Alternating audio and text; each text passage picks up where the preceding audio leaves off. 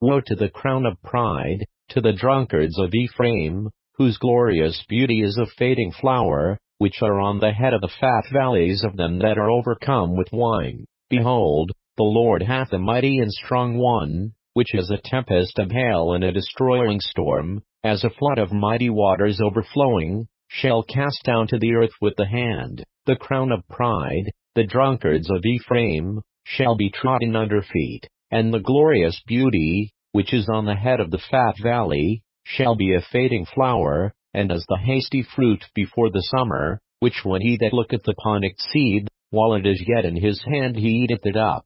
In that day shall the Lord of hosts be for a crown of glory, and for a diadem of beauty, unto the residue of his people, and for a spirit of judgment to him that sitteth in judgment, and for strength to them that turn the battle to the gate. But they also averred through wine, and through strong drink are out of the way. The priest and the prophet have erred through strong drink, they are swallowed up of wine, they are out of the way through strong drink, they err in vision, they stumble in judgment, for all tables are full of vomit and filthiness, so that there is no place clean. Whom shall he teach knowledge, and whom shall he make to understand doctrine? Them that are weaned from the milk, and drawn from the breasts. For precept must be upon precept, precept upon precept, line upon line, line upon line, here a little, and there a little.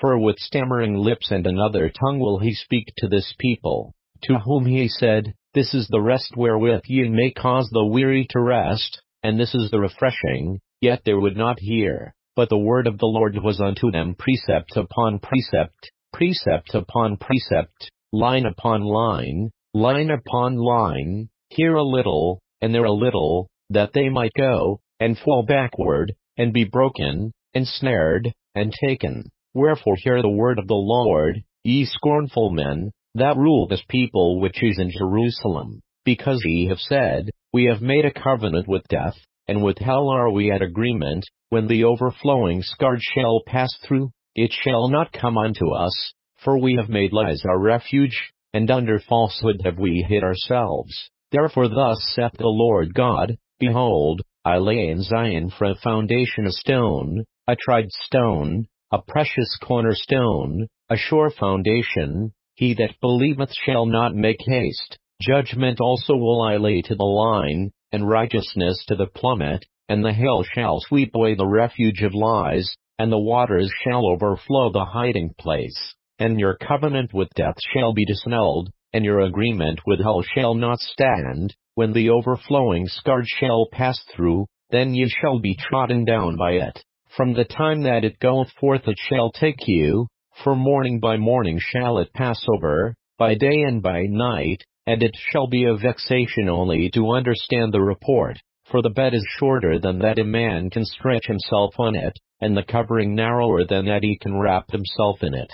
For the Lord shall rise up as in Mount Perazim, he shall be wroth as in the valley of Gibeon, that he may do his work, his strange work, and bring to pass his act, his strange act. Now therefore be ye not mockers, lest your bands be made strong, for I have heard from the Lord God of hosts a consumption, even determined upon the whole earth.